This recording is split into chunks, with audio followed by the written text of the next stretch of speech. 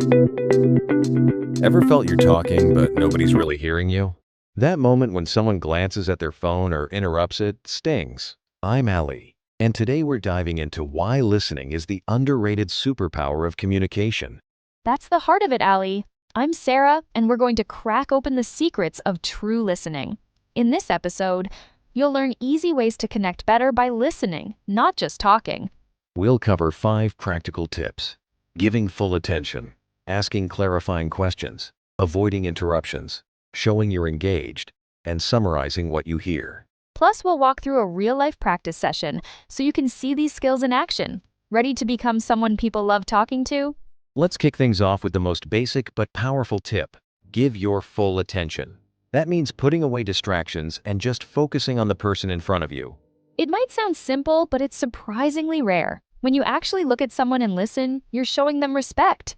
Eye contact helps, but don't overdo it. Just keep it natural. Interruptions ruin the vibe. Imagine someone sharing something important and suddenly you cut them off or check your phone. It feels like you're not valued. I love doing mini role plays to show the difference.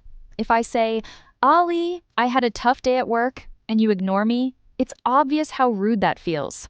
Let's try it for real. All right, here goes. Pretends to check phone. Yeah. Ouch. Now, give me your attention. Sarah, I'm listening. Much better. It's all about being present. That brings us to our second tip.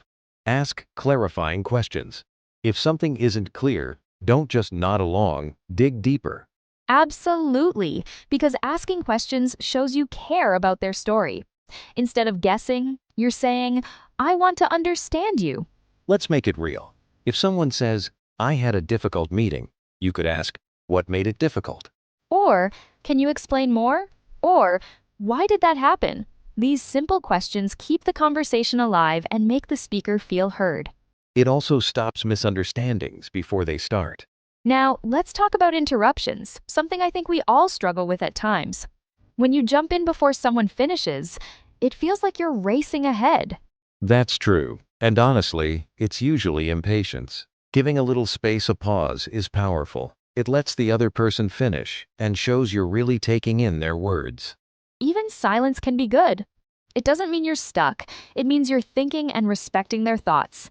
I had a conversation recently where the silence helped the person open up even more. It's a simple trick, but so effective.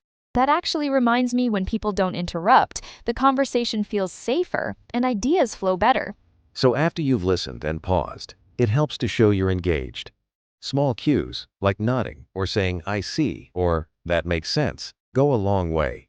Those little reactions really matter. They're like conversation glue, keeping things connected and comfortable. You can even use facial expressions to show you're moved or surprised.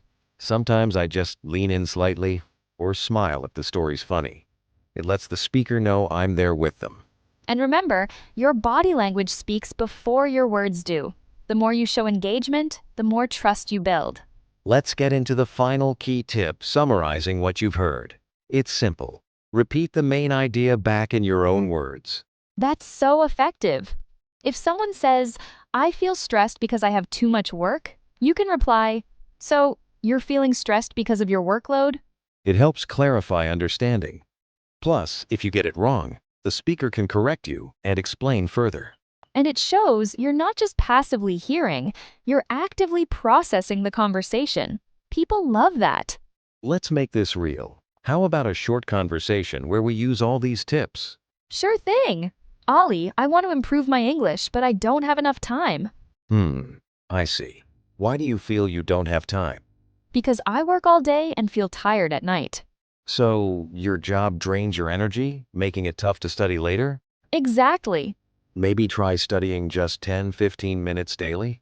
That sounds doable. See how listening helps find solutions? Let's wrap up with 3 big takeaways. First, full attention matters more than anything. Second, asking questions and summarizing prevents misunderstanding. Third, showing you're engaged builds trust and connection. Here's your next step. In your next conversation, try using 2 of these tips. Maybe give your full attention and ask a clarifying question. It's amazing how quickly people notice.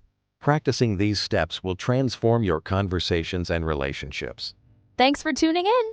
If you enjoyed this, subscribe for more English and communication lessons. We'll be here to help you grow every step of the way. See you next episode. Bye for now.